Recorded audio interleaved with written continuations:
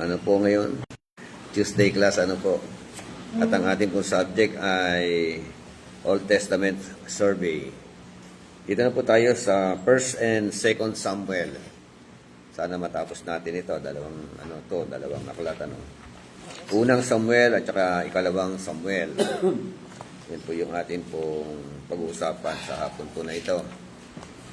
Sige po, tayo po muna ay manalangin. Let's pray. Pastor Jennifer, open us in prayer. Hindi po, sa ating manalangin. Opo na po ng Diyos, makapangyarihan sa lahat. Maraming salamat po ulit, Panginoon, na kami po ginadar ulit sa lugar na ito. Salamat din po, Panginoon, sa napakagandang panahon, maliwala sa pagsulit na nagkatiwala sa amin ngayon. Salamat, Panginoon, sa araw, sa ulan, sa hangin, Panginoon, na lubusan namin natitik namin, Panginoon, ng lahat nito. Dahil sa kagandaan loob mo, Lord, salamat po sa pag-aaral namin sa hapon ito. We pray na ang lahat ng bagay, Panginoon, na tutunan namin ay magiging pagpapala sa iba, Panginoon. Salamat din po, Father God, sa patuloy na pagbigay mo ng knowledge sa wisdom sa amin na pagturo. Kaya Bishop Roque, Panginoon, Lobby mo, Diyos, na patuloy mo siyang magpalai, karunungan, kaalaman, kalakasan, physical, financially, emotionally, Panginoon. Lord, salamat sa bawat isa na tunay na nagbibigay, Panginoon, ng oras, panahon para sa pag-sasaliksik ng iyong salita, Panginoon. Kaya naman, salamat sa oras nito, Panginoon. Ganun din po, Padre God, sa mga wala pa sa dako nito, lubin mo ang kanilang mapanyapak, Panginoon, maging dito rin pala nung sila din sa kapulit. Kaya salamat, purihin ka ng pangalan ni Jesus. Amen. Okay. So, meron tayong dalawang estudyante online. Pastora Dolores Rubio at saka si Pastora Bless. Paki-send nyo po yung address po ninyo, Pastora Bless, saka cellphone number. Papadala ko po yung mga manual po ninyo. Nasa ano po ito Dingalan o Bicol. Saan po kayo banda? Yun, doon lang sa dalawa yun. Dingalan o kaya Bicol. Norte at saka South. So, ayan po. Ang atin pong subject ngayon ay Old Testament Survey. Unang Samuel at saka ikalawang Samuel. Yun po, na matapos nga natin ito. Sabi nga, sa objectives po natin, pakibasa nga, meron naman kayo, Pastor FB, objectives. By the end of these sessions, the learner should be able to, number 1, state the general background of 1st and 2nd Samuel. Number 2, give an overview of 1 and 2 Samuel. Okay, so yan daw po yung ating objectives. Maging familiar tayo, Maging common sa atin yung aklat po na ito. Dalawang aklat. So siguro naging familiar kayo sa Book of Ruth nung pinag-usapan natin noong nakaraan, di ba?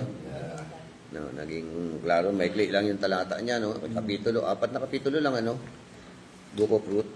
Pero punong-puno pala ng aral, ng lesson, So, ito naman, dalawang aklat, pareho mahahaba naman ito. So, introduction. Pakibasa nga, Sir, Jonathan.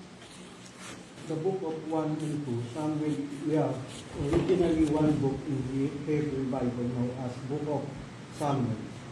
The NXX 70, we have the first version of dividing the material into two parts. The division has persisted the percentage translation in the version including Hebrew printed Bible. First Samuel describes the translation to of leadership from judges to king. Three characters are prominent in the book of Samuel: Saul and David, the time covered from the birth of Samuel to the death of Saul in 94 years. Okay. 1105 to 1111 BC. 1011 BC. 1105. So, 1105 minus 1011 BC. Kaya 94 years, Okay, ito na po, dalawang aklat. Sabi ron originally, one book daw, sa Hebrew Bible. Yung unang Samuel at saka ikalawang Samuel, isang aklat lang yan. No? Nung pinag-aralan natin before, nasa session 1 yan ng lesson natin. Balikan nyo nga, session 1, page 2. Yung manual natin, session 1, page 2. Page 2.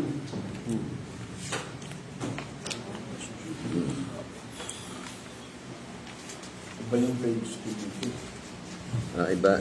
Iba sa inyo. Yung, ano nga pala sa inyo, no?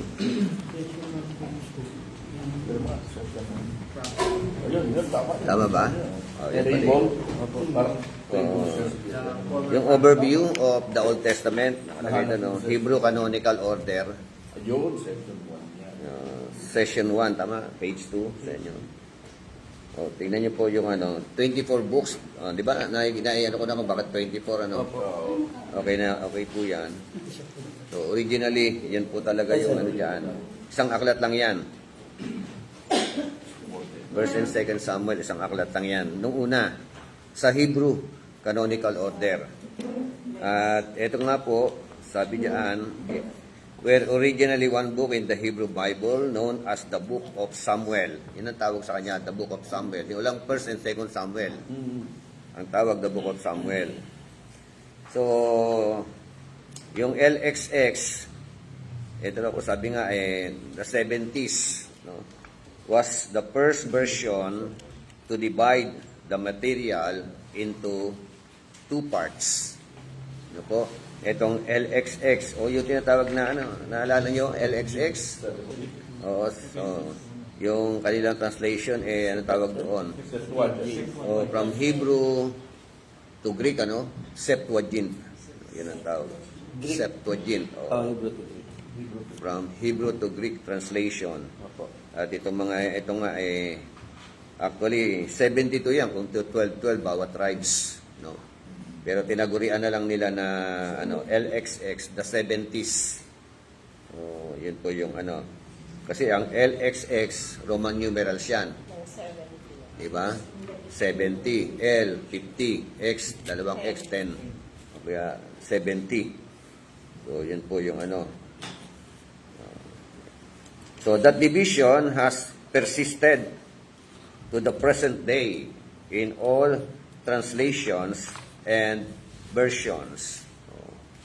Yun na, no? Yung LXX na ito, o yung division na ito, ito na po yung ating kinikilala. No? Na merong 66 na aklat, including, sabi nga, Hebrew printed Bibles. So, 1 Samuel describes the transition of leadership from judges to kings. Transition ng tinatawag na liderato. Ano-ano yung mga background ng liderato ng Israel? Ano po ang mga background? In connection to the leadership of Israel. So, ano yung unang liderato? Judges. Judges, napag-aralan din natin, Theocracy pala. So, anong meron doon sa Book of Judges? Mga judges ang mandated ng Panginoon Diyos, di ba? Ano yun, lumalabas ba na theocracy yun? Theocracy? Theocracy. Nung mga judges ang Yung kasi dito. So, ay nung panahon ni Moses, wala pang judges, theocracy pa rin during the time of Moses. Hanggang Judges. Hanggang sa Book of Judges. Joshua, Hanggang dito sa sa Book of Samuel. Nagkaroon lang sila ng pag dito sa nagkaroon sila ng hari. Transition yung Samuel. Transition. Yung Samuel. Yun na. Kasi doon pala sila nagkaroon ng hari. Naging monarchy. Tubi sila ng hari na katulad sa kanang mga bansa. So, yun nga. From judges to kings. Yun ang transition naman. Kaya, sino yung una naging hari ng Israel? Si Saul o si Saul. Saul, So, merong tatlong prominent na hari eh. There are three characters are prominent in this book. Of course, dito naman, wala pa rito sa, nandiyan na ba si Solomon sa 1 Samuel? Wala pa po. Sa siya lumitaw? 2 Samuel. O kaya dito, ang prominent na three person dito, si Samuel, Saul. bilang, ano ang papel ni Samuel? Sino siya? Ano siya? Judges. Prophet? Judge at the same time. Judge at the same time. So, Prophet and priest. So, siya yung huling judge. Judge at saka prophet. Oh, So, dalawa yung kanyang function, o parang office, yung kanyang judge at saka propeta. At yun nga, mula kay Samuel, yun na, napalitan na ni Saul. Diba? Si Saul. Anong lahi si Saul? Anong tribe? Yung first king ng Israel. Benjamin. Wala sa 12 tribes. Ah. No? Benjamin. Benjamite. No? Benjamite. Benjamin. No? Oh, Tribe of Benjamin. taga Benjamin. Pinakamaliit na tribu yun. No? Kaya humble siya eh. Humble. Humble person. Meron siyang humility. Parang hindi naman ako capable. Maliit ang lahi namin. Medyo maganda yung kanyang panguna, yung unang mga pananaw sa buhay. No? Kaya lang later on, yun nga, nilukob na rin ang kapangyarihan. Kinubabawa na rin ang kapangyarihan. Parang may mga ganun. Kaya medyo nakakatakot pumulaot sa di ba? Sa politika no? Mamaya lukubang ka ng tinatawag na corruption dyan or whatever.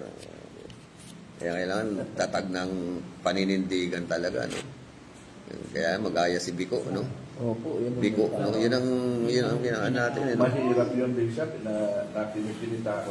Kasi may mga nadamay at nakulong na mga ano lang naman sila, maliliit lang naman sila, pero sila taga-perma. oo. Sila taga-perma. Naku. Damay sila. Napunta siya doon sa opisina na no choice siya. Kailangan mo perma, nandito ka, ikaw yung nandyan, ikaw yung Kaya mahirap maging treasurer, Ayaw mo, wala kang choice. Oo, kung napasok ka doon, sa lugar na yun. Oo. Walang mga compromise ka talaga.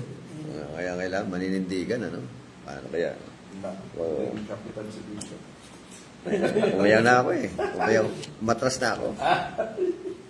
Mahirap. Mahirap na. Si FB na lang. Medyo mas malakas pa to. Ako, hinihingal na ako. Pinapitan ka ng mga malalaking isda. Hindi ka pwedeng tumagin. Nakita ka ng balyera, marakuda. Pero Ayan, 10 milyon? Dito, Pero, kaya nga, di ba yung common Proverbs 29, verse 2, Sabi ron when the righteous are in authority, the people rejoice. But when the wicked were ruled, the people mourn. Di ba? Kaya, paano yun? Kasi, nung nabasa ko yung slogan, sa Namprel ko nakita yun Namprel, na ang sabi roon, all it takes for evil to succeed is for good man to do nothing. Yun ang nagkukilgil sa puso ko yung dinadala ko yung slogan na yun. Nung magilupon ako, dala-dala ko yun. Hanggang ngayon, nasa barangay ako. Kaya meron sa puso ko na talagang manungkulan sa gobyerno. Pero, yun nga daming... Yung to do nothing, Bishop, a sign of weakness. Pero yung can do nothing, yun ang mahirap. Oo, di ba yung... Ayaw mo sa gusto, Oo. pirma ka. Ayun So, lang. yun ang doon, dami ka rin. Ano lang, nag-resign ka. Oo, yun, kinakailangan. Yun yung, Pero- to do nothing. All Resign it ka na. takes for evil to succeed is for Oo. good man to do Kung wala nothing. kang magawa, resign ka na. Oh, Hindi ka talaga pwede. manindigan ka talaga. No? Oh, yun nga, ganun din. Halimbawa, di ka lalaban. Kung wala lalabang mananampalataya, ay di sila lang mauupo diyan. Magano sila diyan. Pag-ingatan tayo ng Diyos. Di ba yun? Yun nga, kailangan meron kang spiritual advisor talaga diyan, o advisor. Ganun na Oo. Nabagay, kinikilala naman tayo mga advisor ng mga kapitan natin na yan. Yan, nandiyan tayo sa barangay. Okay, so ito. Kasi kailangan din si David. Mag-usapan natin. Ito, si Saul, si David. Sabi nga, the time covered from the birth of Samuel to the death of Saul. Yun ang time ng covered dito, no? Kapanganakan ni Samuel hanggang kamatayan ni Saul. No? Umabot ng 94 years yung covered. So, ayan. Kita nyo, ha? Andiyan yung ating mga matigiting na kagawad. Kagawad Vice Andrew Granado. Ayan, nanonood sa atin. Ito tayo ng mga... Ayan po. Amen.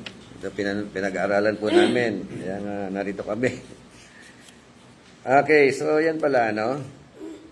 Tinignan ko nga yung theocracy. When government is ruled by deity or divine guidance, that is theocracy. That is the leadership of theocracy. Na ang gobyerno raw po ay pinamumunuan ng itaas, nasa taas, na merong divine guidance. Meron na siyang kinatawan. Di ba? Like for example, si Moses, kinatawan siya ng Panginoon. Pero si Lord ang direct, si Lord mangungusap. Sasabihin ni Lord. Di ba? Ganun ang Kaya may prophet talaga, no? Oh. So, yun namang oligarch o oligarchy. Tinignan ko yung oligarchy. Ito matindi. Oh, oligarchy naman, a small group of people hold power and control. Oh, yan. Oligarch. Oligarch. Small group. Yan, maliliit. Yung maliit na grupo. Sila lang. Ilan pala kinuha yung isang oligarch? Oligarch, Issue dati, no? Kaya, yun nga, no? Ano spelling ng bishop? Oligarch. O-L-I-G-A-R-C-H-Y. O-L-I. O-L-I-G-A-R. Tapos, C-H-Y. Oligarchy. Pero Yan. yung mga tao, oligarch. Small group of people. Yan, small group. Grupo lang ng tao. ayun po. Small group of people hold power and control. Ayan. Okay, mahirap yan, no? Yun yung sistema. Yan ang problema, no? So, may nalalaman. Kasi kampi-kampi yan, no? Bishop hold power and Small group of people hold power and control. That is oligarch o oligarchy. Ngayon, parang ano ba, yung liderato ng bansa natin, oligarchy, oligarch. Yan, pagkakalaban, kakawawain ng kalaban, no? Parang gano'n, no? Pag nakaupo ka, Hindi siya, di pa sila ng oligarchy kasi. Mm. Gano'ng kalaki lang na sa klawan niya. Oh. Kasi po pwede kasi ng bandulan ng church. Sila sila may power. Na bishop. Partido lang nila, like for example, gano'n. So, yung paano ng Pilipinas, mga sa oligarchy Ito yung mga Yun businessman, nga, may group of power din sila. Bigusan. Tayo, di ba sabi nga, democratic, democracy.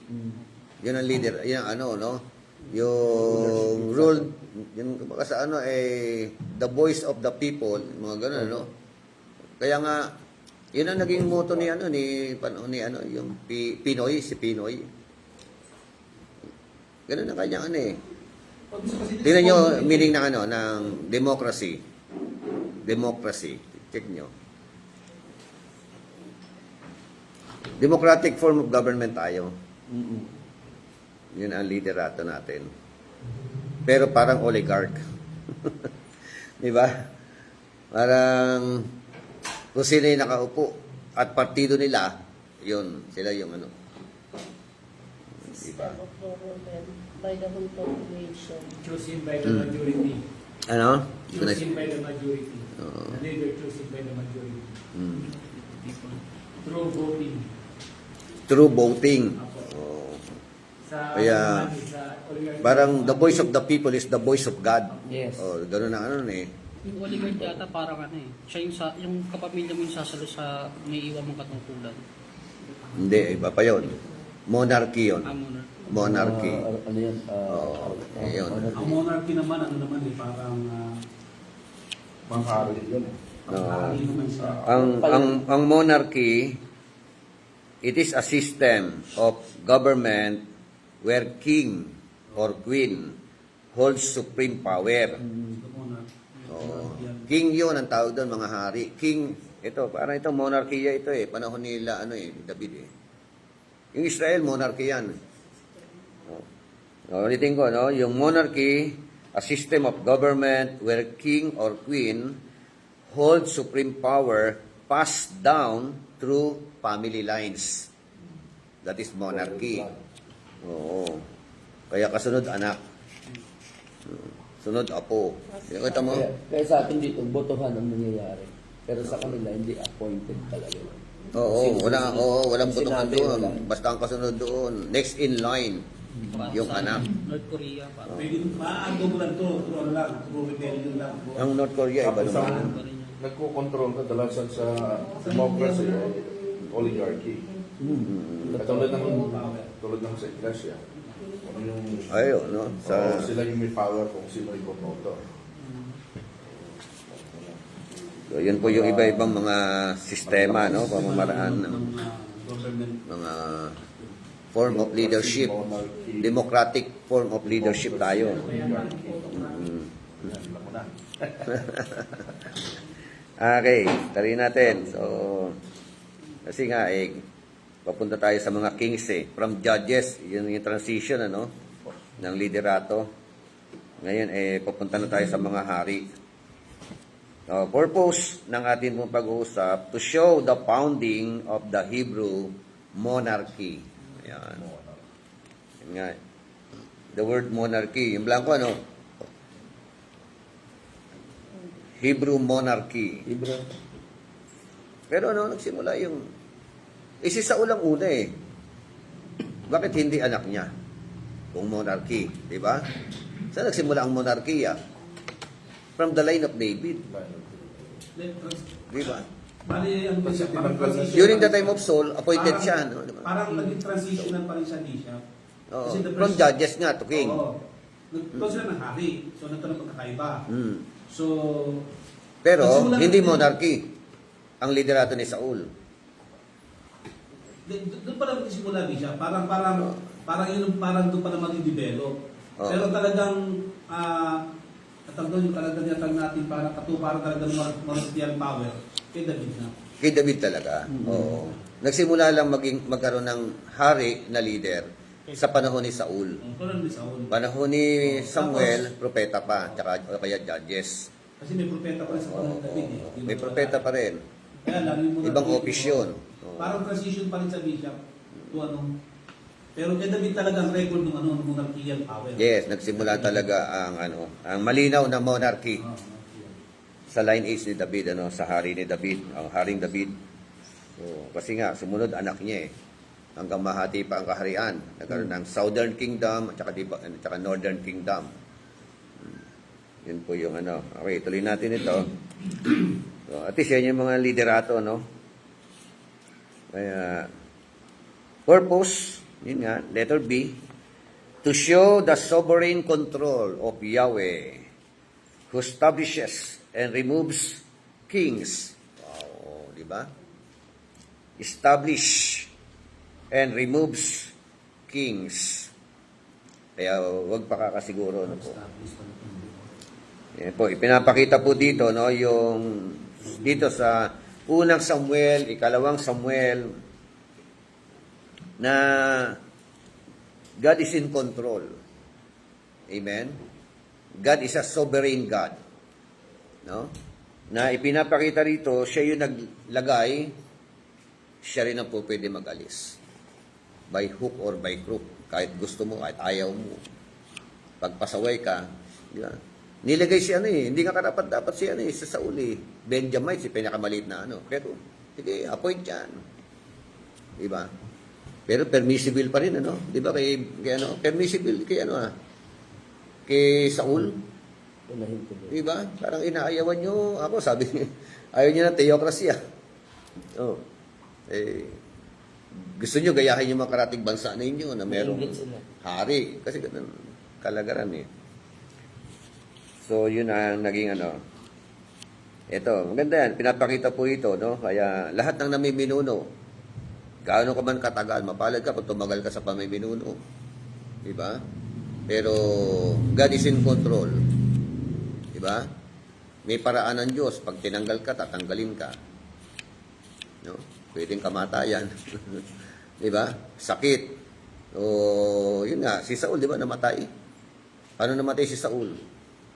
Sa tabak o sa paano siya namatay? Di ba? Bigmaan din yan, di ba? Tama. Oo. Kaya nga,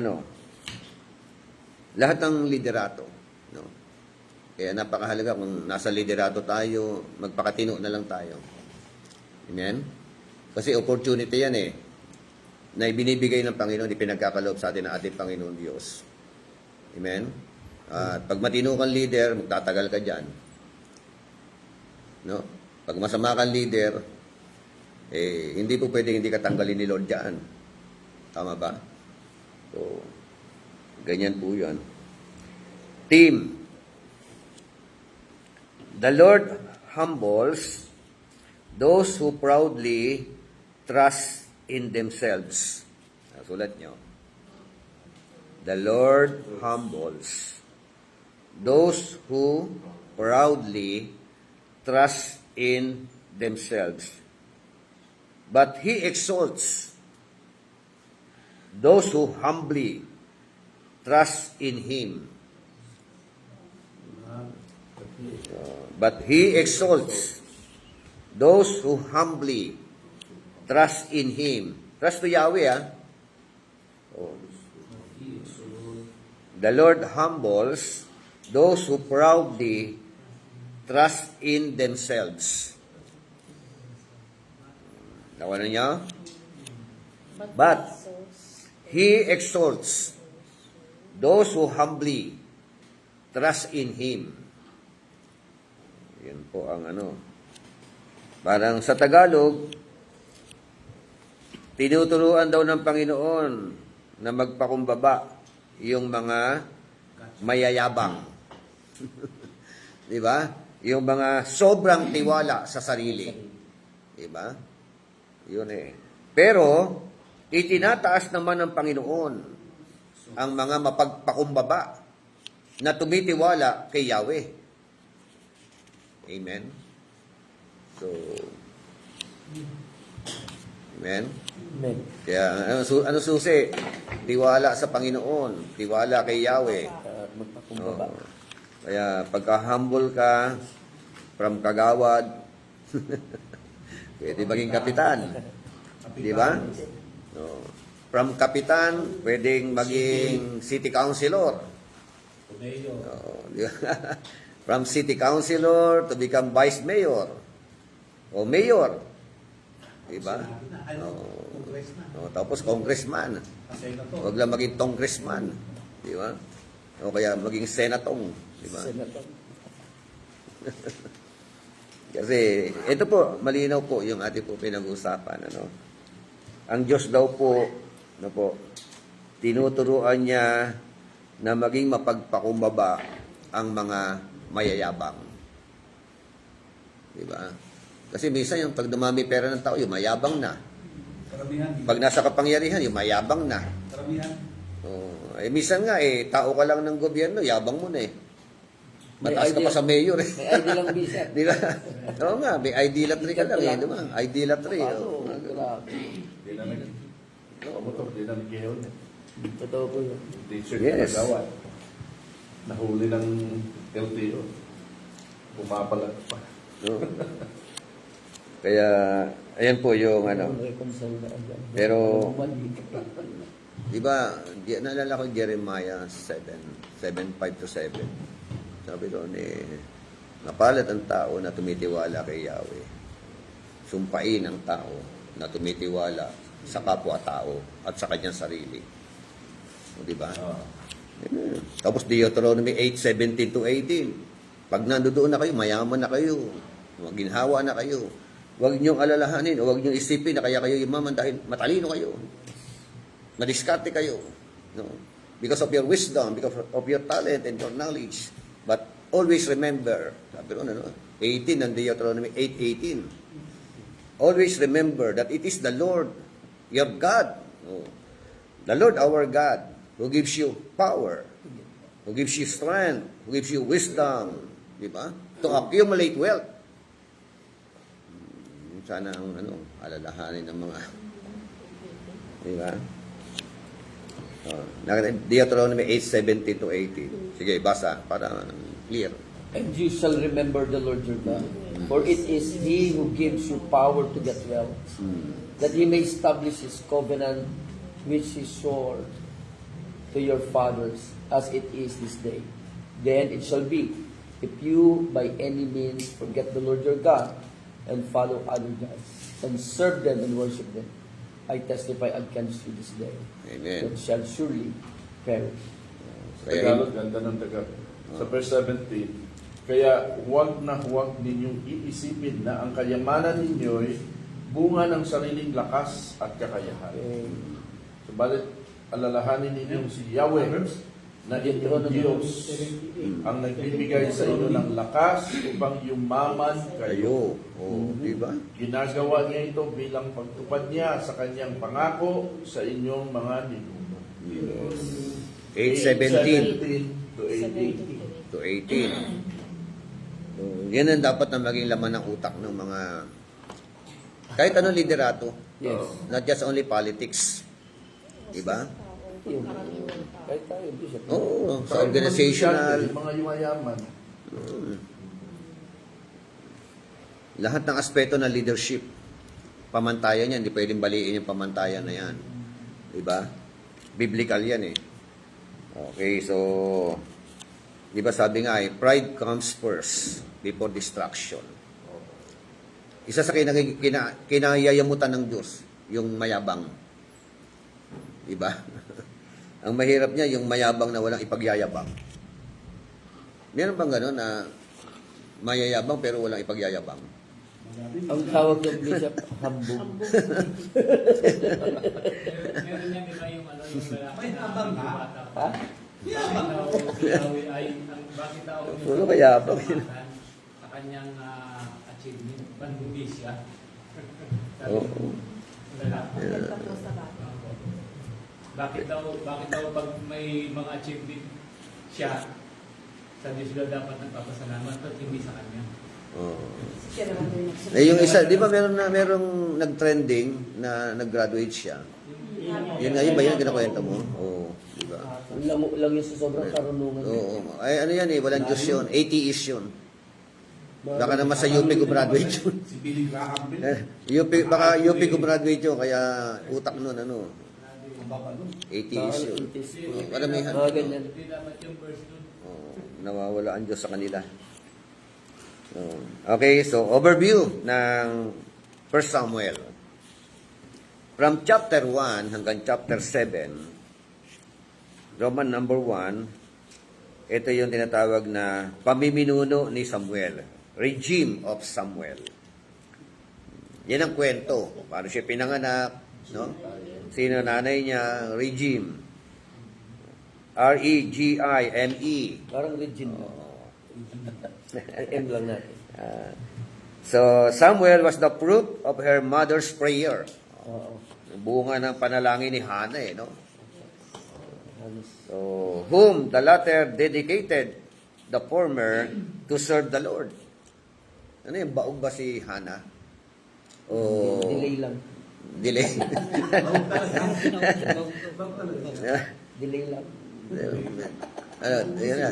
Baog o delay? Pag baog, Parang si ano, Pagdilim, may pag-asa pa eh, no? Yung baon, wala na pag-asa. Para si Clay. Tsaka si Okay, di ba, no? Kita mo, galing lang ng Taiwan, ano? Ngayon, good news, ano? Yes, 1 month. Meron na, ano? Kailangan na pala ng Taiwan lang eh. Kasi sobrang lamig doon eh. Nakasolo ba sila? Nakasolo ba silang kwarto? Opo, lahat tayo. O, Lahat di tayo. ba? Oh, kasi yung mga partner, nagsolo ng kwarto Ang eh. pangalan ng mga Taiwan. Kaya, baka nabuo doon, ano? Yan, tama, Ayos yun, baka ganda nakabuo nga doon. Di malayo, sobrang lamig doon. Sabi. Siya po, di siya pimigilin na eh. Nakashorts. Hindi, Sando lang. malakas ang aircon sa office nila eh. Okay, so 1 Samuel chapter 1 verse 28. Tingnan natin. Punta natin yung mga talata. Unang Samuel. Yun naman, nasanay lang. First Samuel. Also, I have led him to the Lord as long as he liveth, he shall the land of the Lord, and he worship the Lord there. Okay, so ito sabi ng chapter 1 verse 28. So I have also dedicated him to the Lord. As long as he lives, he is dedicated to the Lord, and he worship the Lord there. Amen. So yan ang ano ng nanay niya, no? Kaya dedicated, parang nasirite bow, no? Nasireo. Ganon din ang naging ano ni Samuel, ano? Kaya Matindi niyan, wala pa. Nilaan na. oo. Ayan. Bago kasi siya. Verse 5, sinabi kayong mga bata. May pangako na ba si Lord? Kasi from verse 19, parang ano. Then they arose early in the morning and worship before the Lord and returned again to their house to Ramah. And Elkanah had relations with Hannah, his wife. Ito, sinipingan ano? Po, he knew. And verse 19 yon. And the Lord remembered her. So, yan, ano. And it came about in due time, after Hannah had conceived, that she gave birth to a son. Pinanganak niya na, no? And she named him Samuel. Pinangalan Samuel. And saying, because I have asked him of the Lord, then the man Elkanah went up with all his household to offer to the Lord the yearly sacrifice and pay his vow. But Hannah did not go up, for she said to her husband, I will not go up until the child is weaned. Then I will bring him, that he may appear before the Lord and stay there forever. Elkanah, her husband, said to her, do what seems best to you. Remain until you have weaned him. Only may the Lord confirm his word. So the woman remained and nursed her son until she weaned him. Now when she had weaned him, she took him up with her with a 3-year-old bull and 1 ephah of flour and a jug of wine, and brought him to the house of the Lord in Shiloh, although the child was young. Then they slaughtered the bull and brought the boy to Eli. So, talagang dinala niya na, no? Kaya ito na, Kaya si kasi Samuel, pinangako niya, no? para sa Panginoon ka brother. Kaya, kaya hindi nagkataon, Samuel din ang pangalan mo. Kaya Samuel ang pangalan. Alam ka ba, 3? Third Samuel? Third Samuel. First Samuel, second Samuel. Third Samuel. Third Samuel. Nakita mo yung meaning ng name. Ano? Kaya malamang ito yung magiging successor ko. Pwede Tapos yung anak niya, yun, ang apo. Training. Elijah na naman ito. Diyan, Elijah naman ang pangalan niya. Yes. Kapababaan ng apo yan. Okay, so ayan po yung magandang istorya. Kaya talagang dedicated. Gumawa sa yun na binigay na niya kay Lord, si Samuel. Sa pangangalaga ni Eli. So, yun po yung naging sige, tuloy natin. Sabi, while still a boy, the Lord called him and was faithful to follow his leading. Amen. Yun na chapter 3, verse 10. Tingnan natin. Chapter 3, verse 10. Bata pa siya. Nandun na siya, no? Sa templo. No? Nasa pangangalaga ni Kaeli. And the Lord came, stood, and called us other Praise time. them. When Samuel, and Samuel answered, speak, for thy servant here. Oh, ito na, may tawag na no? Yun yung chapter 3, no? Calling. Then the Lord came and stood and called us at the other time, Samuel, Samuel. And Samuel said, speak, for your servant is listening. Pero ilang beses niya na narinig yung tawag na yan. Hindi niya lang alam. Ang Kaya pangatlo na po yan. kinuwento niya na kay Ka-Eli, no? Kay Pastor Eli. Dinaramdaman na ni... Oo, yan. Sabi, sir, meron ako naririnig na tinig, ah. Di ba? O, sige, ganito. Pag narinig mo uli, sabihin mo sa kanya, speak, for your servant is listening. Kasi unfamiliar siya sa voice of the Lord, eh. First time niya Di ba? makarinig. Oo. May calling na, eh, no? Kayo ba, nakarinig na ba kayo ng tawag? Tatay ko. Ito, talagang direct, ano? Parang matagal yata kasi walang ano yan eh. Parang pangungusap yung Panginoon eh. Time na yan eh. So, judges pa rin kasi yung time na to. Panahon ng mga judges. Tuloy natin, sabi rito. So, sa verse 19, para lalo maging klaro. So, thus Samuel grew, and the Lord was with him, and let none of his words fail. Fall to the ground. Di ba? Ano? Tagalog nga po, verse 19. At si Samuel ay lumalaki at ang Panginoon ay sumasa kanya at walang di pinapangyari sa kanyang mga salita. Lupit na. Wala, Accurate, no? no? Bata. Talagang matindi na. Kung ano sinabi niya, may nangyayari, no? Pag biniro ka, nakapagsalita yan. Tapos Oo, di ba? Talagang, pag sinamahan ng Kaya ito, Panginoon. bihira magsalita ito. Oo. Magsalita ito, ano eh, no? Talagang, Nangyayari talaga eh. yes. malamang may possibilities na ganyan, no? Kasi alam niya yung tinig ni Lord, di ba? Tsaka yung buhay niya, maganda yung ano eh. So, yan po yung dalawang talata. So, in other words, he served as judge and prophet of God all of his life. Amen? O, siya po ay, yun nga, nagsilbing hukom at propeta. Buong buhay niya. Chapter 7, verse 15. Sabi diyan. Now Samuel judged Israel all the days of his life. 7:15. Habang buhay na ng pulis sa First Samuel 17:15. 1 Samuel 7:15.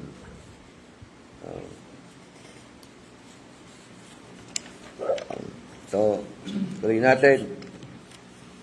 Roman number 2, kanina, regime of Samuel, ano? Overview, nag-overview tayo. Sumunod, reign of Saul. R-E-I-G-N, reign of Saul.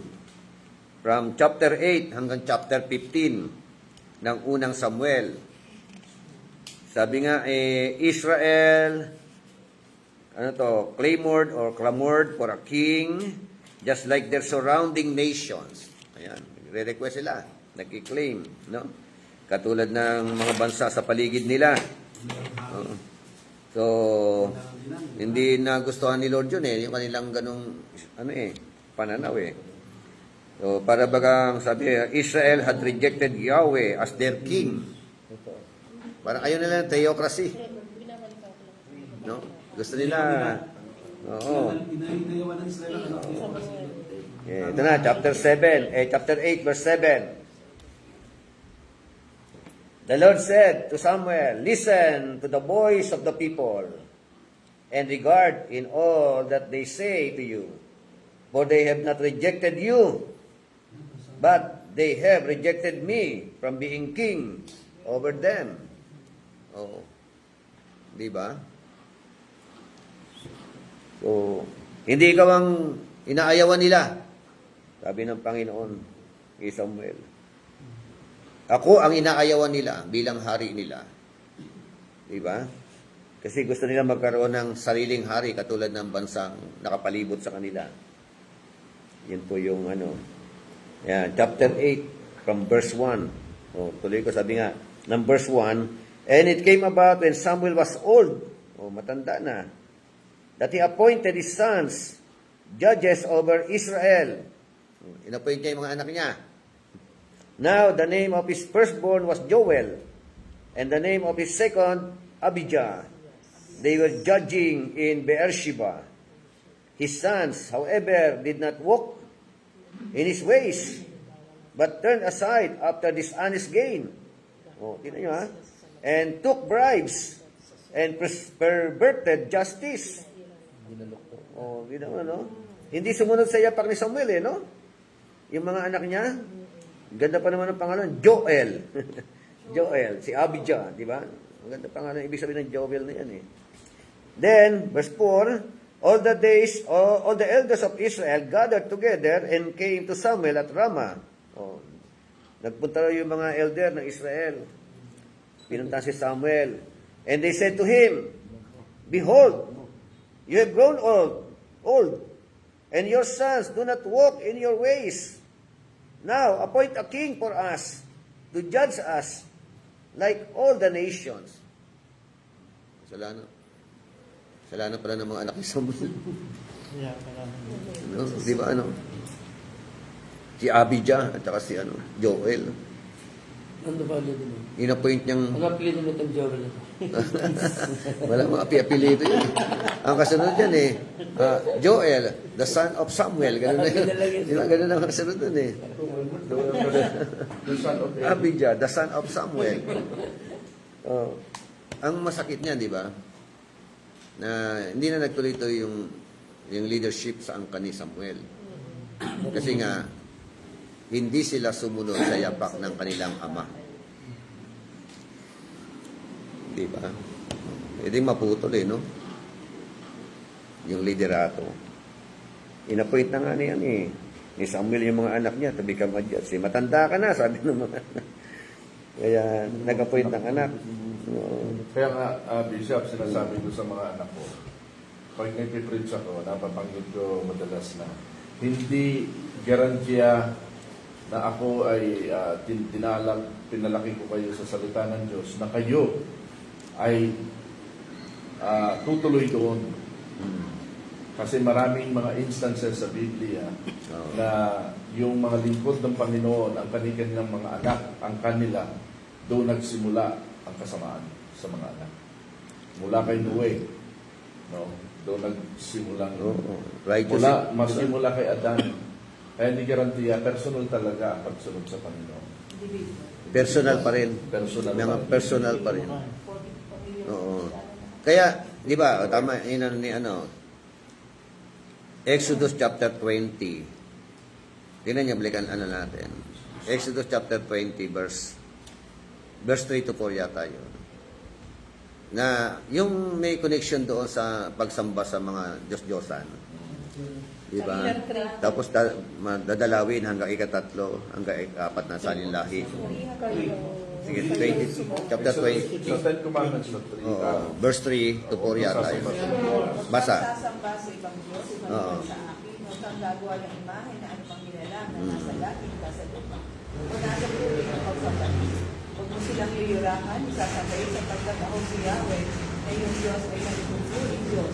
Kasalanan ng mga kagulang ay sinisingit ko sa kanilang mga anak. Hanggang sa ikatlo at ikaapat na sa Yun, merong third and fourth generation. Obserbahan mo yung Ten Commandments na yan. Diyan lang merong sumpa hanggang third and fourth generation. Yung papatay ka, wala sinabing third and fourth generation Yung mga ngalunya ka, walang yung third and fourth generation personal yun. Diba? Pero yung sumamba, yung gumawa, yung sumamba sa mga Diyos-Diyosan na to, na yumuyukod dito, ang dalaw ni Yahweh sa iyo hanggang ikatatlo, ikaapat na sali ng lahi mo. Kaya yung nila, yung slogan, yung kanilang tawag dito, palasak na kasabihan, Proverbs, kawikaan nila. Yung tatay ang kumain ng maasim, ang anak ang nangilo. Diba? Palasak na yun, palasak nilang yun. Diba? Pero pagdating ng Ezekiel, binabago ni Yahweh yung ano. Chapter 18, tinan niya na Ezekiel, verse 4.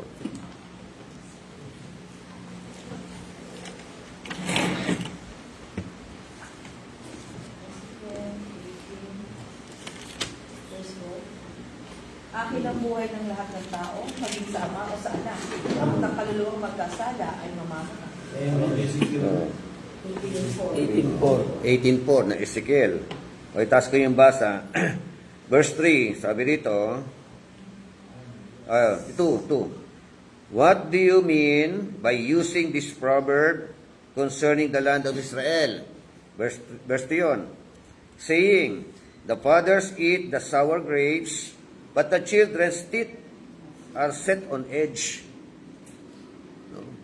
Tagalog, pakibasa, verse 2, 18.2. Ano ba ang ibig ninyo sabihin sa kasabihan ninyong mga magulang Proverbs yan. kumain ng ubas na maasim? Ngunit ang anak naman ang nangingilo ang mga ngipin. Di ba?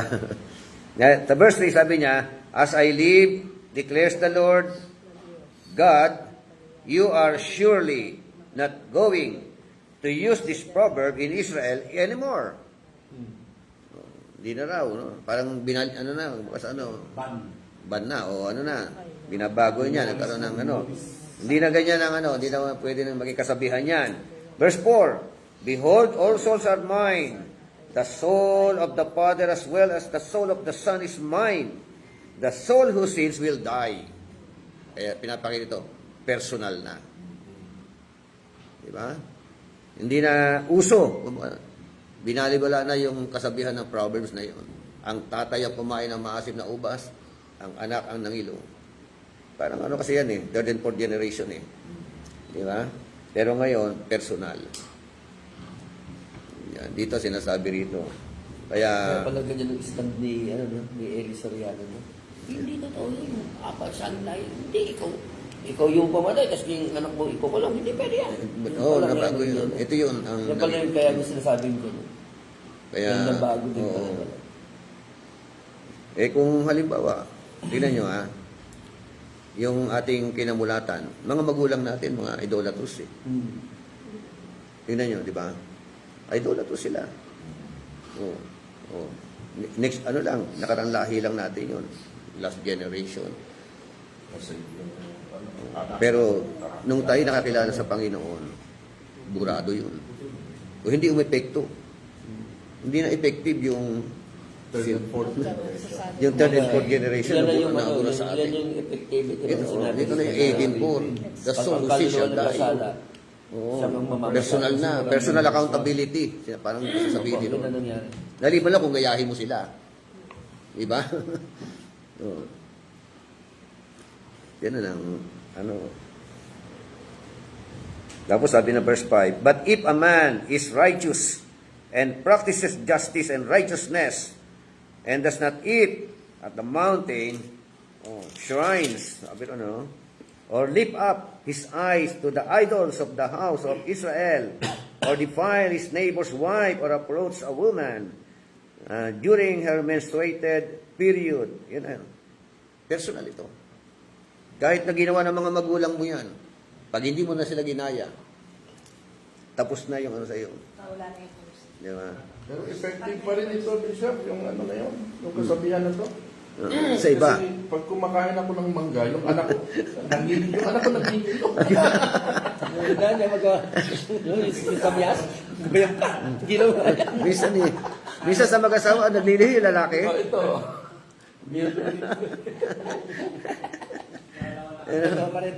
Kumakagat ka sa pagkat mo. Sabi ko, kakain kasi Ako naman, yung sa asin. So, yan ang kaya personal accountability ito. Di ba? Kaya dito, makita natin yung kahalagaan reign of soul. 8:7, So, sabi nga, Saul was chosen by the people and became their first king. His humble beginning and rise to monarchy was not short-lived. Was short-lived pala, not short-lived. Was short-lived because he came arrogant. for disregarding the word of the Lord. Oh, ito ba, arrogante pala yung mga ganun, no? Yung mga tao na dinidisregard yung salita ng Diyos. Di marami mga arrogante mga Kristiyano ngayon. Narinig mo na yung mensahe, disregarding pa rin eh. Pasok dito. Labas sa kabila. Ilang beses mo na sinermon. Ganun pa rin. No, disregarding yun. Arrogante yun. Di ba? Oo. Minsan nga, yung iba, mas marunong pa kay pastor.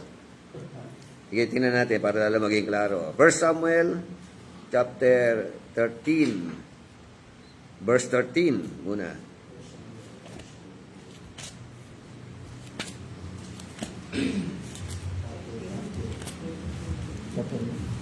First Samuel pa rin tayo. 13. At sinabi ni Samuel kay Saul, gumawa kang may kamangmangan, hindi mo ginanap ang utos ng Panginoon mong Diyos nang inuutos niya sa iyo sapagkat itinatagsa na ng Panginoon ang kanyang kaharian sa Israel magpakailanman. Sa kanya sana ko isumakita kami. Samuel said to Saul, "You have acted foolishly. You have not kept the command, or the commandment of the Lord your God, which He commanded you. For now the Lord would have established your kingdom over Israel forever. But now, sabi na, no, your kingdom shall not endure.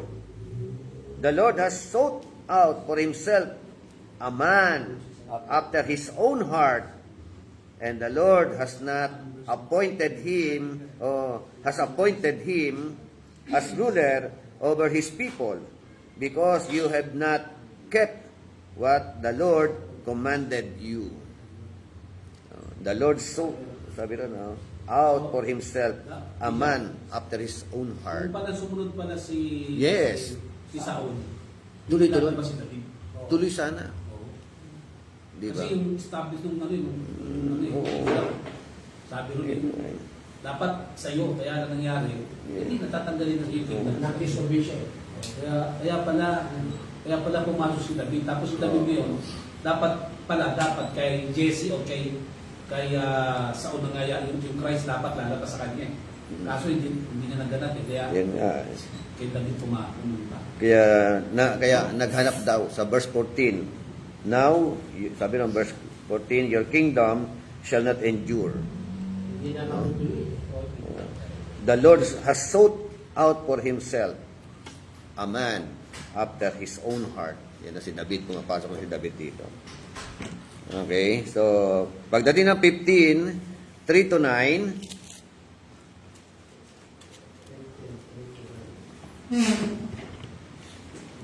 so, now go and strike Amalek and utterly destroy all that he has, and do not spare him, but put to death both man and woman, child and infant, ox and sheep, camel and donkey. Then Saul summoned the people and numbered them in Telaim. Yan nga. So, nanalo na sila rito. Pero, pagkatapos manalo, anong ginawa niya? Pagdating ng, sabi ng verse 7, 15:7, so Saul defeated the Amalekites from Havilah as you go to Shur, which is east of Egypt. He captured Agag, the king of the Amalekites, alive, and utterly destroy all the people with the edge of the sword. But Saul and people spared Agag, and the best of the sheep, the best of the oxen, the fatlings, the lambs, and all that was good, and were not willing to destroy them utterly, but everything despised and worthless that they utterly destroyed. Ito naman, pagsuway na naman ito. Di ba? Ang utos, ano? Destroy. Utterly destroy everything. Lahat ng tao. Bata man yan. Yan ang utos, ano? Infant. Kasama. Kasi, ilang beses na pinapa ano to, mga Amalekites. Di ba? Dito pa lang sa Exodus chapter 17, pinapa-destroy na yan eh. You know? Yung 17, yung itinayo yung bandila. Di ba? Oh. Pero, bakit kaya? Saan galing ang Amalekites? Saan galing itong mga to? Ang Amalek. Ano ito eh? Itong lahi ng Amalek. Di ba merong dalawang magkapatid si Jacob? Tsaka sino yung Isa. Si Isa. Esau. Yun, from the tribe of Esau yan.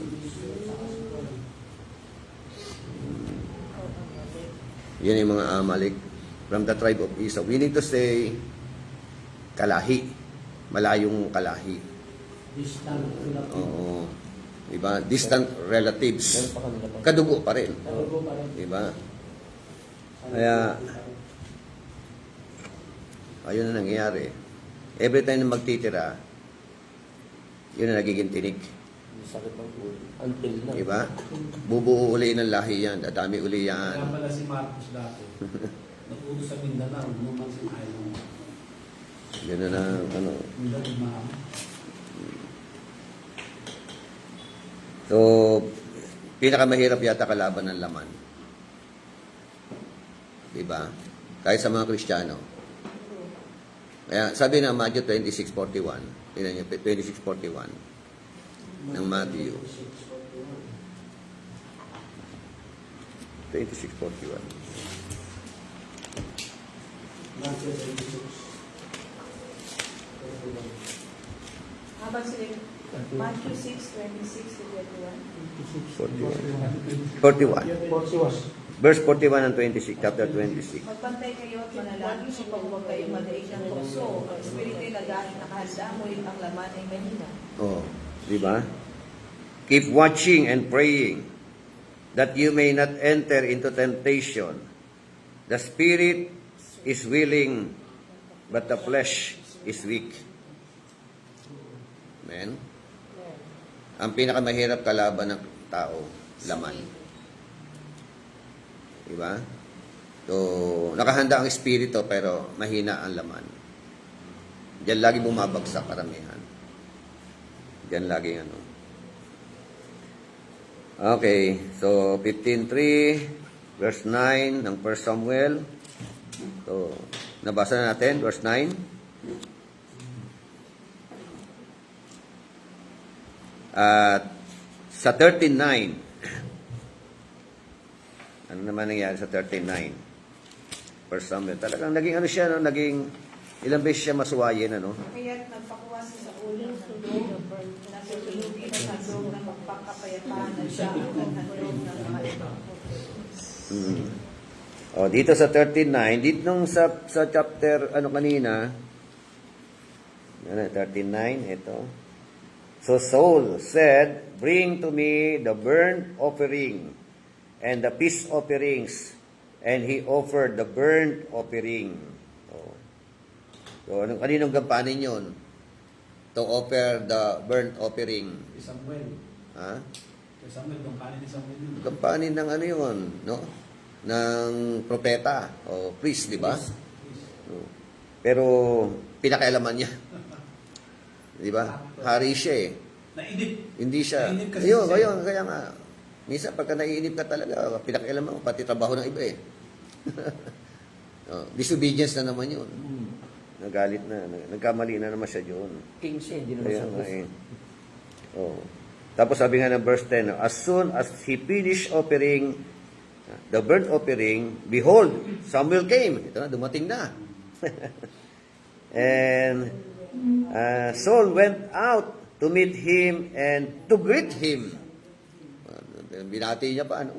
Yan sabi ni Samuel. But Samuel said, "What have you done?" Ang saya-saya yung binati. Ginawa mo.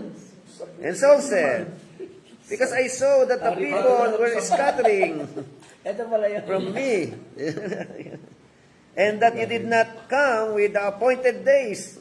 Si ano? Late ka. Sabi, late ka kasi. Nasusunod siya ng tao. Nagkakagulo na yung mga tao. Parang ganun eh, no? Susunod nga siya. Sinisi pa si Samuel. And that the Philistines were assembling at the Michmash. Natatakot na sila, no? Andiyan na kasi yung mga kalaban, ano? So, therefore, I said, now the Philistines will come down against me at Gilgal, and I have not asked the favor of the Lord. So I forced myself and offered the burnt offering. Akala niya tama yung ginawa. Kala niya tama eh, no? Kaya minsan nagmarunong ka talaga, mahirap eh. Samuel said to Saul, "You have acted foolishly." Oh, kamangmangan ang pinagagawa mong yan. You have not kept the commandment of the Lord your God, which He commanded you. For now the Lord would have established your kingdom over Israel forever. O, sana ganun eh, no? But now your kingdom shall not endure. The Lord has sought. Yun na. Pumasok na yung verse 14. Amen? Yun pala yung kasalanan niya. Ang masakit nito, masakit na katotohanan nito, ito ay laganap ngayon. Kasi pansinin natin ito ay pagmamarunong, Yun. pag-create ng sarili niyang pamamaraan ng pagsamba, Paglilingkod. Oo. paglilingkod. So may kinalaman sa relihiyon ang kasalanan ni Saul sa kanyang paniniwala, sa kanyang sariling tawag nito, tingin kung paano sambahin at instead na sumunod sa Panginoon. Kaya marami relihiyon ngayon na akala nila tama yung kanilang paniniwala kung yun ay ginagawa para sa Lord. Kung pinakalahanan na siya dito eh. Oo, pag hindi mo sinunod ang guidelines ng Panginoon, kahit tama yung mabuti yung Sa ginagawa tingin mo. kasi religious Oo, yun, oo. ano ka pa din, sablay ka pa din, para kang si Saul. Marami sa saklaw eh.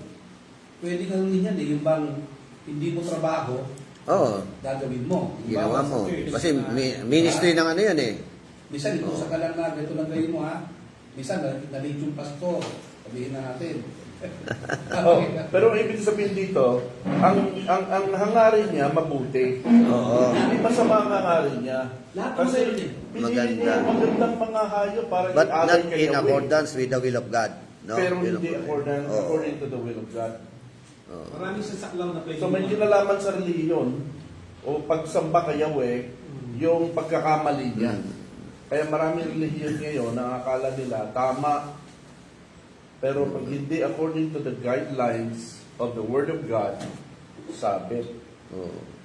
So ano siya, no? Hindi siya, kumbaga sa ano, ang function niya, ang calling niya, So, king, Lalabas hari. sa dalawa naging violation niya dyan eh, no? Oo. Dalawa. Yung pag-aalay nga, tapay sa kayong hindi niya pagsunod na patay ng lahat ano ng Amalekite. Ayun, una yun. Yung sunod-sunod na nga eh. Ay, natatapon. Oh, yan lang. Pusin niya na yan. Oh, parang may man yata yan, may tagas. Ano ba yung telema? O ano? Okay, so yun na po, no? Reign of Soul. Kaya maganda na sana, no? Tingnan nyo, no? Kay Samuel, may lesson din, ano? Lesson sa buhay ni Samuel. Although naglingkod siya tapat buong buhay niya. Pero bakit ganun nangyari sa mga anak? 'Di ba? Hindi na ipamana yung way of life niya, yung kanyang paraan ng paglilingkod, yung kanyang integridad. 'Di ba? Hindi sinundan ng anak eh, no? Pangalan Abijah at saka Joel eh. Kaya naputol kay dapat. 'Di ba sabi kung naging maayos sana yung mga anak ni Samuel.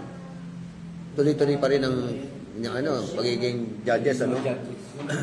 Okay, kaya humingi ng hari ang mga tao. Yan naman, naging si Saul naman ang pumalit. Reklamo eh, yung mga anak mo. Hindi ko makakanta katulad sa'yo. Bigyan mo na kami hari. Oo. Kaya nga, dito na, pumasok na yung verse 14 na yan. Ano? Okay, pangatlo, the rise of David. Ayan, reign of Saul, rise of David, chapter 16 hanggang 31. Ako. Ayan.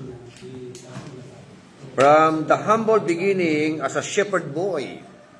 Si David, ano? shepherd boy. Siya yung may sabi ng ng chapter ng Psalms 23. The Lord is my shepherd, I shall not be in want. No? He makes me to lay down in green pastures. So, ito po. David was anointed by Samuel to become Israel's replacement for Saul. The rise of David. No? Tira, si Samuel pa rin naging instrumento. Diba? Para i-anoint itong si David, replacement, pinalitan si Saul. God who looks at the heart. Sa chapter 16, verse 7. So, pinili si David. Tingnan natin, chapter 16. Verse 7. Sabi po diyan, but the Lord said to Samuel, do not look at his appearance or the height of his stature, because I have rejected him. For God sees not as a man sees, for man looks at the outward appearance, but the Lord looks at the heart. Amen. Ito, no? Kasi nga, dito, nung una pong, pagdating ng bahay, ni, na pamilya, Kay Jesse. pumilera yung mga kapatid niya. Di ba? Kasi naghahanap na nahanap na yung papalit kay Saul. Dito wala pa si David dito Wala po. Nasa yung bugso pasulan. ng natin, Kaya, Nakita niya siguro, Yun, macho, ito, guwapo. Ito na. tingnan natin, sige, para. Now the Lord said to Samuel, how long will you grieve over Saul? Ito na, kasi Tapos natin ang basa. Verse 4. Verse 3 na lang. You shall invite Jesse to the sacrifice, and I will show you what you shall do. And you shall anoint for me the one whom I designate to you. So Samuel did what the Lord said, and came to Bethlehem, and the elders of the city came trembling to meet him and said, do you come in peace? Pag dumating yung propeta, natalaman na sila. Ano ba dahilan? Bakit dumating ka rito? Kapayapaan pa. Shalom ba? Shalom. Kailangan. Shalom. Baka, kasi, on God's... Bishop, pag binisita ng pastor sa bahay, bubutong si pastor. Kaya nga Binaliktad na. Utak na. Pag binibisita ng mga priest, yung mga Israelita. Privilege po sa kanila yon. Kaso nga Privilege, hindi nila alam yun. kung ano yun pala. Kaya Tsaka pagka nabisita sila ng mga priest, Masaya. kung todo estimate. Ganun po ang ng mga Israelita sa mga That day siya, kinuha yung kaugalian natin ngayon ng mga sa ating on-time religion. Diba, pag yung pare pumunta talaga sa bahay mo. Di ba? Hindi basta-basta yun. Hindi basta Nung araw, kasi ang pare nung araw, hindi basta umaakyat sa bahay ng sinumang tao. Pag inakyat ka, Pag inakyat ka, Special ka nun. Pag Pag pinunta yung mga inakyat na bahay nila, mamalaki na yun. Kasi para mas matuwid ako sa inyo kasi inakyat ako. Napansin ko. Kaya parang napakalaking bearing sa kanila yun, yung dalawin ng pare o ng priest. Kaya pag uwi ng priest, kung ano yung laman ng bahay, pinapadala. Ang daming mga talagang daming mga kumbaga binibigay doon sa pare na dumadalaw. Ngayon yung pastor pag dumadalaw, siya yung nagbibigay. Siya hinahantay magbigay. Di ba? Di ba? Dapat yung guest yun na gano'n, dapat, Sasambala kasi mamimili. Baliktad ang yung naging Hindi kasi kultura. hindi nila kasi Bishop alam yung yung principle. Yung kahalagahan ng man of God. Bakit gano'n ako, hindi nila alam. Pero kung alam nila, siguro, kaya approach din nila tayo ng mahalis. Dapat ituro din. Opo, dapat Turo, po talaga yan, turo din ituro yung mga ganun mga katotohanan. So, yan po. Dito na, ito yung konteksto, chapter 16, na po. At pagdating ng, ito nga, dumating kasi yung mga kapatid. Sino yung mga kapatid ni, si Eliab, di ba? Sino pa? Abinadab, di ba? Yan bilang pangalan. Yung mga pangalan, Shama, ito yung tatlong mga panganay ito, mga matatanda sa kanya ito mga ito eh. Yan din yung mga Kaya- naging sundalo, di ba, Bishop? Ha? Mga sundalo sila. Mga sundalo. Oh, mga sundalo yan ni Saul. Lahat Mga sundalo yan ni Saul. Oo. Mm. So, Chapter oh, ito eh. Kaya nga, ito na yung verse 12. So, he sent and brought him in. Now he was ruddy, with beautiful eyes and handsome appearance. And the Lord said, Arise, anoint him, for this is he. Verse 13, 12 ng chapter 16. Kinuha ni Samuel ang sungay na sisiglan ng langis at inuhusan Verse 12 muna. verse 12. At sinunduma ang anak na ito ni Jesse, siya'y makisig na bilatilyo, malusog at maganda ang mga mata. At sinabi ni Yahweh ni Samuel, siya ang pinili ko, uhusan siya ng langis. Kinuha ni O, ganun din naman, di ba? Makisig din naman, ano? Maganda rin ang mga mata. Paano kasi ang kaya sinasabi lang, kasi yung age dito ni Ni David, medyo bata pa. bata pa po. Oo. Kumbaga, binatilyo. Oh, yung binatil. Hindi rin si Binatilyo. Bata pa talaga sila sa paningin. Kaya nga, 12, 17 lang yata edad niya dyan. No. Nandun Kaya, sa range na gano'n. Parang 17 pa babae. Oo. Kaya nga pagdating yung nagdala ng pagkain, mo ka naman, mag-Jesus oh, ng bata. verse. Baka mag-ibig ko pa rin.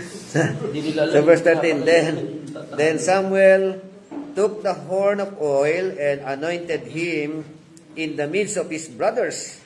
And the Spirit of the Lord came mightily upon David from that day forward. Oh, di ba? And Samuel arose and went to Ramah. Yun ang magandang din siya. The Spirit of the Lord.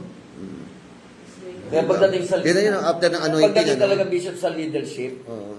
mahirap kumilos pag hindi ka talaga na in-appoint. Di ba? Pag may mga leader tayo, na-anit natin sa kayo mga leader tayo. Pero pag may mga kolorong, mahirapan talaga. Ay, kalurong Sila talaga. kayo may yabang. Ito ginamit ng pastor na verse 8. Oo. Nung kay David, nung pumunta siya sa hulo, yung kid na liver na, yung namatay na pastor, Si yung Almeida ba yan? Almeida, Oh. pumunta sa hulo. Kasi ito inanoid na daw siya, dalasan Pasusukoy niya kayo mga abusayap. Pasukuhin mga abusayap. Kaya bandang uli, uwi siya. Ganun lang naman talaga. So, ito po yung Tingnan, no? Tingnan niyo, obserbahan ninyo. After ng anointing, napakalaga yung anointing eh. Yes. After ng anointing kay David, no? Ang sabi roon, and the Spirit of the Lord come mightily upon David from that day forward. Ng araw na yun. Diba? Kaya, yung sumunod na senaryo, dumating ang mga Philistines, mga Palisteo, no? Mga Pilisteo. Si Goliath. Diba? After yun ang Pagkatapos dito. Rinod na yung anointing. Kaya, chapter 17, ayan, si Goliath, oh. Hinahamon niya na yung Israelita. No? Yung hukbo ng Israelita. No? Minamaliit. Goliath versus isa lang sa Oo, di ba? ilalabanan parang ito ang dugo. Kaya nga eh.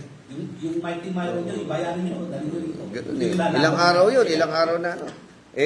Tiklop ang tuhod ng mga kapatid ni David dito eh. For how many days na Di ba? Ilang araw na ginaganon, minamaliit. Nakarating sa ni David. Yung Alipuran Saka, ng sakto na Israel. sila dyan. Kasi, wala na silang laban sa Wala silang laban.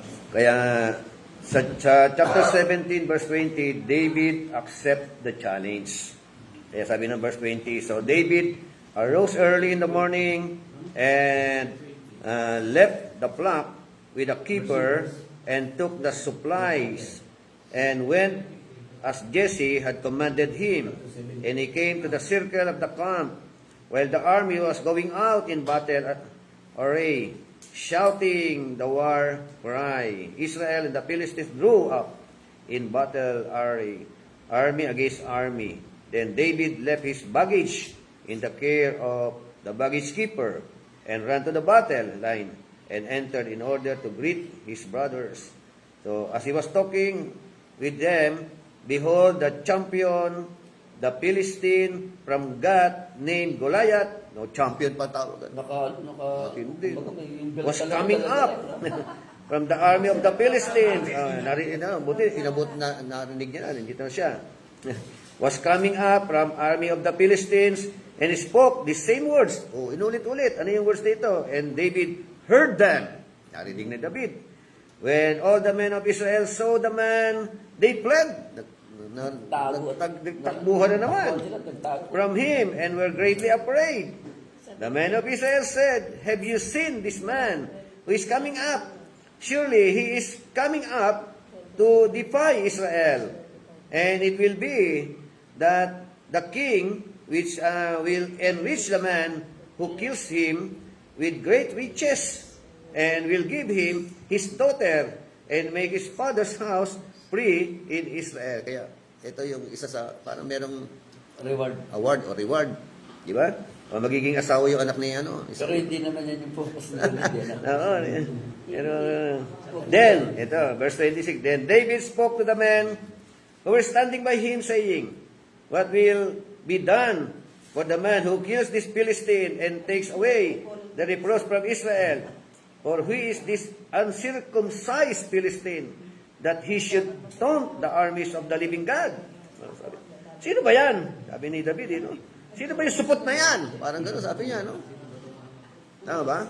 Opo. Supot, di ba sabi niya? Circumcised. Ang lakas ng loob niya na. Ano yan, bali, kung chapter yan, nabasa ko siya. Oh, sa 16 Verse 26, sabi niya, tinawag niya supot, di ba? sa 16 na. Oh, uncircumcised, supot. Dito kasi, Bishop, ang hinahamon kasi ni Goliath dito.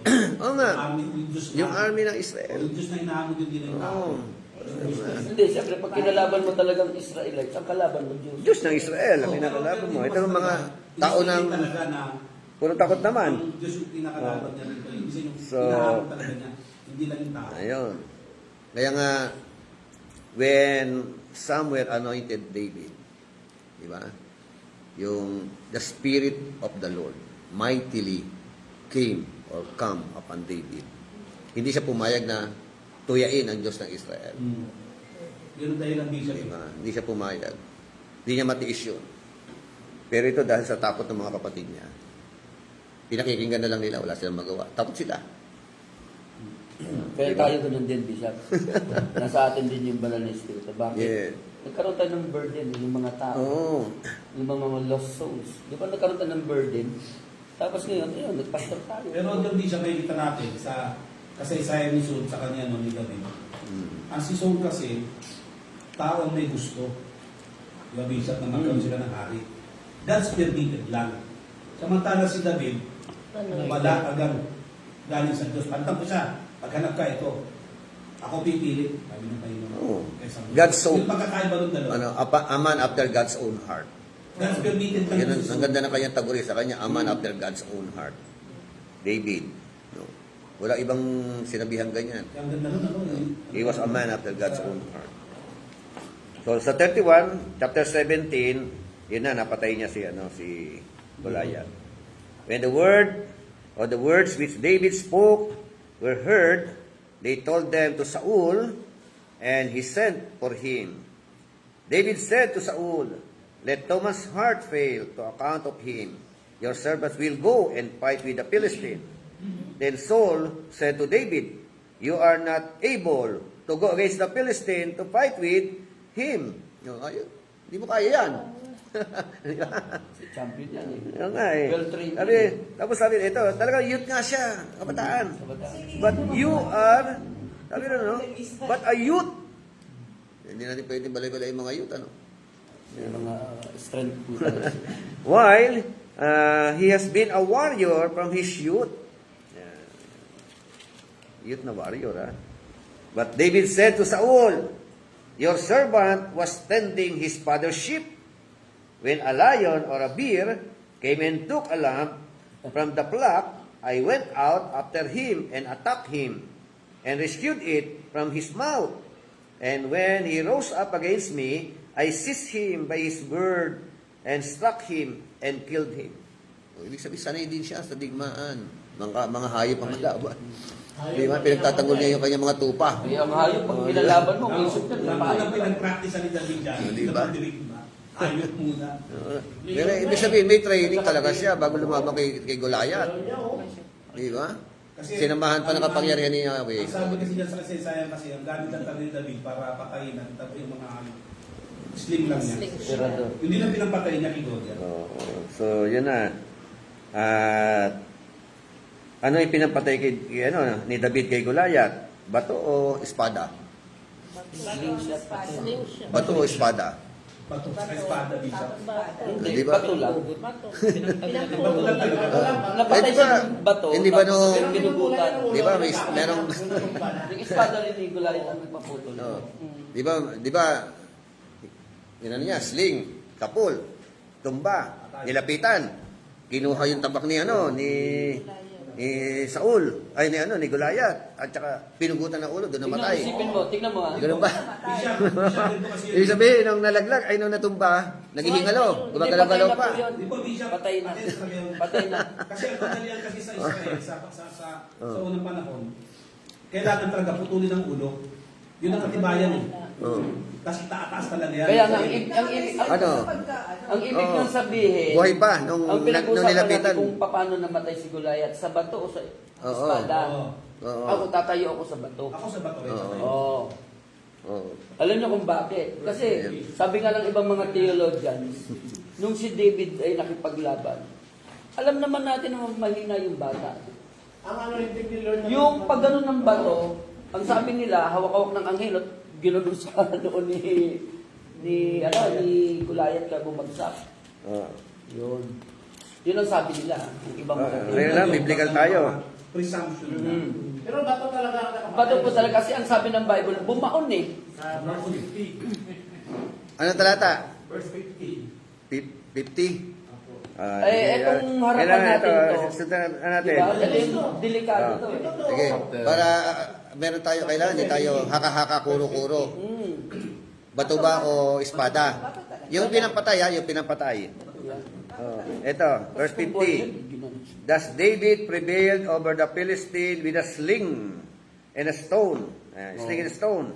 And he struck the Philistines and killed him. No? But there was no sword in David's hand. 50, Tagalog, pakibasa. Natalo nga ni David si Goliath sa pamamagitan ng Shopee. Ano yan? Biglang lumabas si Shopee.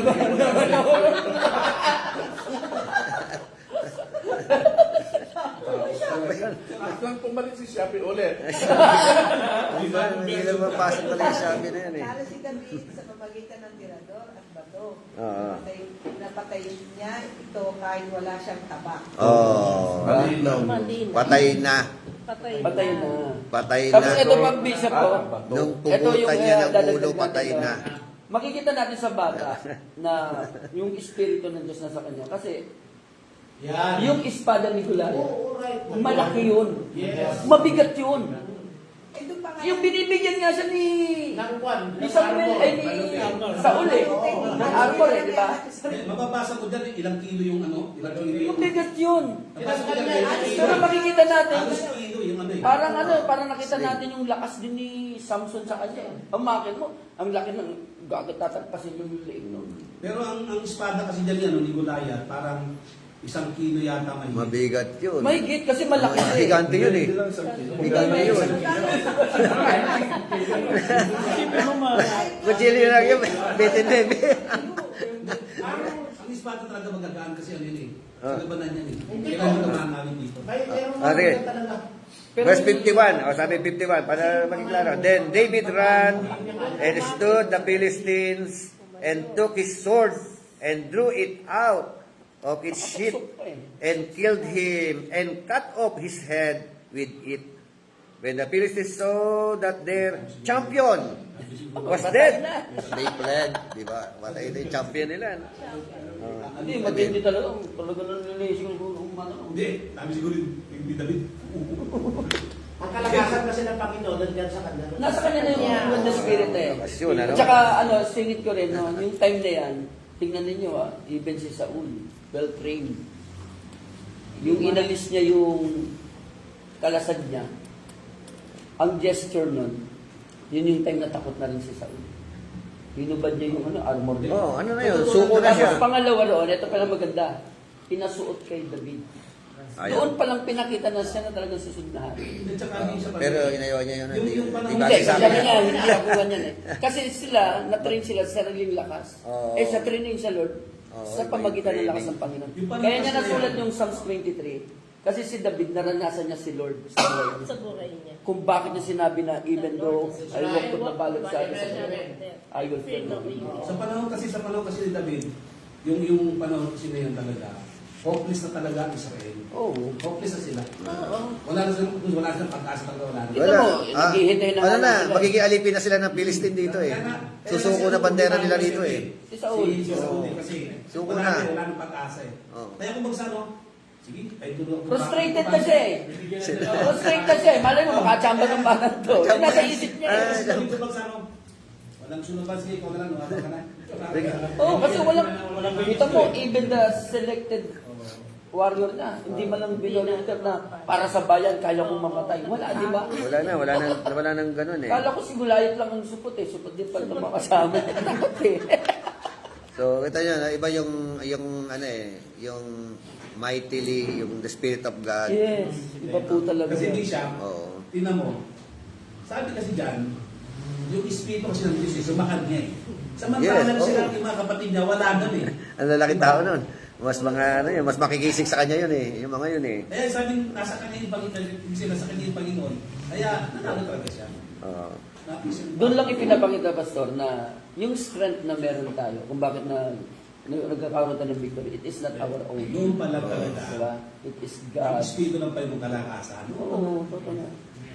Okay, so, sabi nga, Saul became, ito na, he defeated Israel's formidable foe. So, si Goliath, yan, ano niya.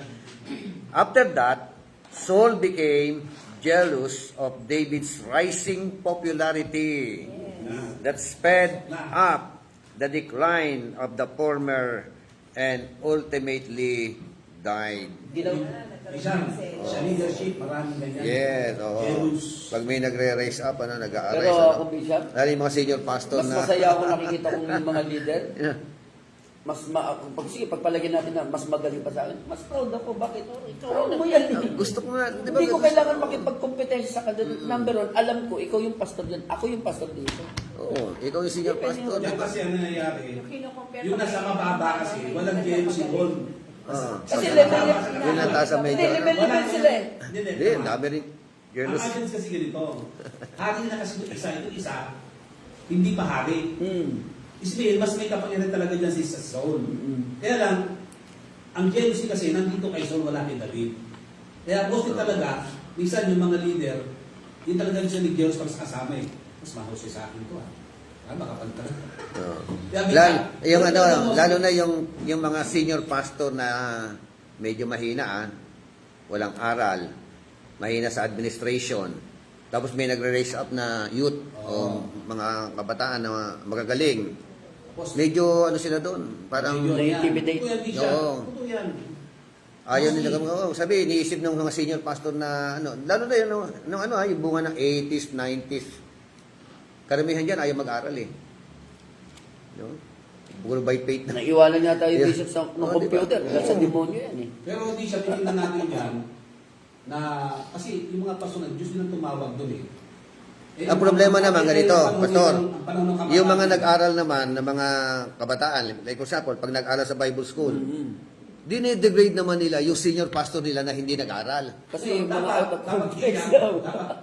Kaya paano mo ibabalanse? The David Spirit. Di ba? Oh, the David Spirit. Tinawag yun eh. David Spirit. Kasi ilang beses ang ibinigay ng Panginoon totoo si Saul kay David. Pero hindi na ginawa. Ang sabi nila, sino ako na kukuha sa buhay ng pinahira ng Diyos? Nagkasala rin, pero tinutuloy pa rin niya. Not touch. Kaya nga, ano si David eh, yung kanyang katawag na, Kahit Oo. mamulit siya, kahit ano siya. Yung Kaya respeto hinahanap talaga. na siya, papatayin na siya. Oo. Pero yung dahil tinawag ko ng Diyos, respeto niya talaga siya. Oo, labis Dapat na yung pwedeng magkaroon patayin ng- yan eh. May makikita Dapat isa talaga, ganun talaga yung ano, dapat yung mga sumusunod, ba? Ang daming lesson na Pastor, tinuturo talaga dito. dapat, kahit na gano'n ka kahusay, attorney ka pa, dapat sabit ka talaga doon sa kaso. Hintayin mo na ang kalooban ng Diyos. Diba? Yo. learn mo. Di ba? Submissive siya. Napakaganda ng ano ni David. Sabi, tama yung sinabi mo. Maraming paraan, maraming panahon, maraming pagkakataon. Mapapatay niya na ito eh. Labis ko sa nabasa, pero pagdating doon sa kay David na yun, gusto ko ipatay yung kasaysayan na yun. Oo, kasi Nakaka-refresh yun eh. Sige, tuloy natin to. Note, political success or failure of a king was entirely dependent upon the degree to which Israel obeyed the covenant. Political success could thus only be achieved by a king through fulfilling his responsibility as covenant administrator. Ano kaya, no? Given this view, it is also clear that military success was not a major accomplishment of a king. Yes. Amen? But the act of Yahweh in his role as a protector of the people. The king's role in this was to trust Yahweh to deliver, no? And then, no, to be obedient to his word. Yun lang ang trabaho ng hari, no? Manampalataya, maniwala. Pagkatiwala, sumunod sa mga sinasabi ng Panginoon. Katulad hanggang ngayon yan, effective yan sa mga Israelita. Pero, yung mag-isip, di ba, sa pag-aaral pa natin, di ba, yung kapag yung hari ng Israel nagiging masama, nagiging alitis na lagi, tano lagi sa labanan eh. Oo. Di ba? Oh, so judges yun. Pero pag Before. matuloy yan, pag matuloy yung hari, tumatagal yung kayo ng ano, yung kanilang Oo. Gumaganda buhay. Oo. Tapos yung David, ganun katitipak yung long reign ng kanyang pamamahala. Kasi nga, ano siya eh, naging matuloy siyang hari talaga ng Israel eh. Walang tumalo sa kanya sa panahon niya. Okay. Ano, tutuloy natin. Sige, Samuel. Para mabibitin. Bitin tayo. Mabibitin eh, no? Alam mo, kaya tapusin yung dalawa eh. Dalawang ano eh. Pero, Proverbs 29 verse 2, sabi roon, ano ulit, ito, bago tayo mag-close, mahalaga kasi ito eh. When the righteous increases, the people rejoice, sabi ng ASB. But when the wicked man rules, people groan.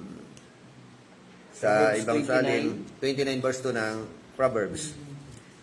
When the righteous are in authority, the people rejoice. But when the wicked were ruled, the people mourn. So, merong tinatawag na impact ang leadership. The impact of leadership. Malaking factor po yung leader, yung namiminuno. Di ba? Yung isa natin kung meron ganyan, Oo. talagang Kahit sa pamunuan, kahit sa ang Kaya kasi organisasyon. hindi nangyayari kasi sa mga Oo. ganyan. Tapos yung Diba? tetigat ganun, di ba yung natikman natin ako, natikman ko yung parang kapayapaan sandali eh. Di ba bago silang dati, Bishop, no? Sa amin, alas gusto madaling araw, doon pa yung matambay. Pero ngayon, doon naman sa Duterte. Umayos. Alas 9 alas 8, wala na mga tambay. Oo. Sabi pa nga sa akin, so, papasok na ako namin. Nakamadaan tayo dito. Totoo yun. Kita nyo, no? So, implikasyon pala ng ano, tingnan nyo, sabi dito, ang implikasyon ng liderato ng namiminuno nakabase sa kalalagayan ng kanyang pinamumunuan. Tingnan nyo, pag ang mga pinamumunuan ay nag-groan, mourning, malungkot, magulo, merong dahilan, merong bahagi, malaking bahagi ang liderato. Di ba? No? Pagka masaya ang bayan, masagana ang bayan, di ba? Merong malaking bahagi ang namiminuno. Ibig sabihin, matuwid ang pinuno. Pagka malungkot ang bayan, rally rito, rally doon, merong malaking kinalaman ng pamunuan, ang liderato. Malinaw yan, biblical yan, ha? Sinasabi nun, when the righteous are in authority, what happened to sambayanan? The people rejoice. Ako personal nung binoto ko si BBBM, umaasa akong kakanta tayo ng yung kinakanta nung araw, nung maliit pa tayo, maliit pa ako. May bagong sila, may bago ng buhay. Yung mga sasaya na magiging masigla. Pero bakit bumaliktad? Bakit hindi nangyari yung gano'n? Pati magkakaroon siya eh. Sabagay, hindi pa naman tapos ang kanya liderato. Umaman tayo, sumanita ng ating Hindi pa boto. naman Oo. tapos ang pira niya eh. Tsaka hindi kasi gano'n pinakita lahat ng mga nagawa niya. Pero marami rin naman siya nagawa. Maraming, oo. Eh, Kaya yung lang. paglantad ng flood control na Kasi yun. ang May dami isang implikasyon talaga ng liderato. ganun No. kung magkano. Hindi, meron lang Kaya yung sabihin ba, Hindi lang yan. pwede naman sana Bawal bababa na kaya yan. Dahil na di ba? Hindi po, kasi kung tutusin, nung nasa Impanta kami, galing kami doon sa mismong fish pond, nakakwentuhan namin yung mga yung naglalayan, kumukuha na. Ang ginagas daw po nila is 150,000 sa gas. Kaya nagiging mahal ang Totoo naman.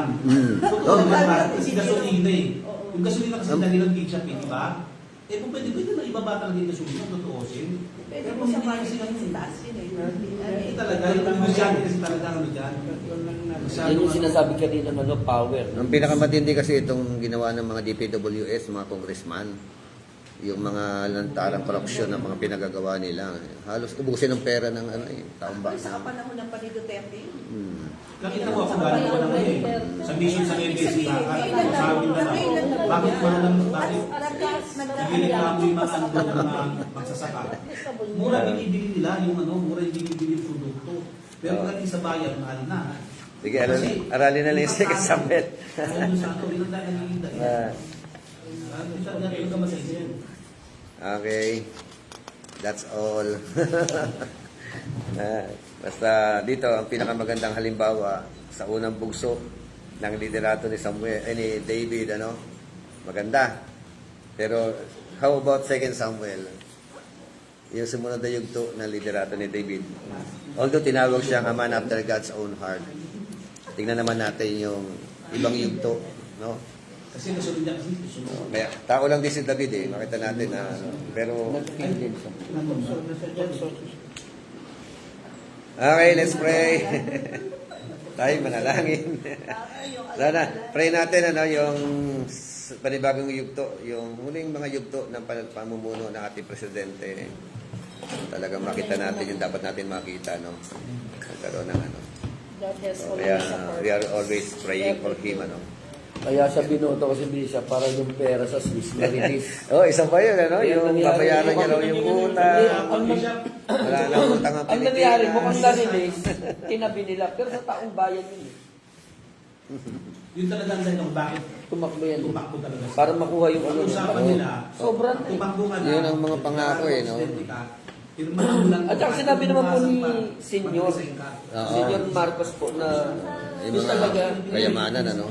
ang mga kinino, kahit Marirelease na raw, I think 5 years, 10 years na huwag magtrabaho ang taong mga Pilipino. Kaya tayo sustain ng perang makukuha. Oo, kaya. Ganun katindi yun. Tayo ang bigyan ng 1 milyon. Pero ngayon, tingnan nyo, di ba alis na ng alis? Yung may usapin nga, Bishop, mukhang nakuha na daw. Kasi Okay. bigla. Sige na. Bahala Kaya naman mag-pray tayo. natin. Basta tayo na yata mga Kristiyano masaya. Di ba? Sige na.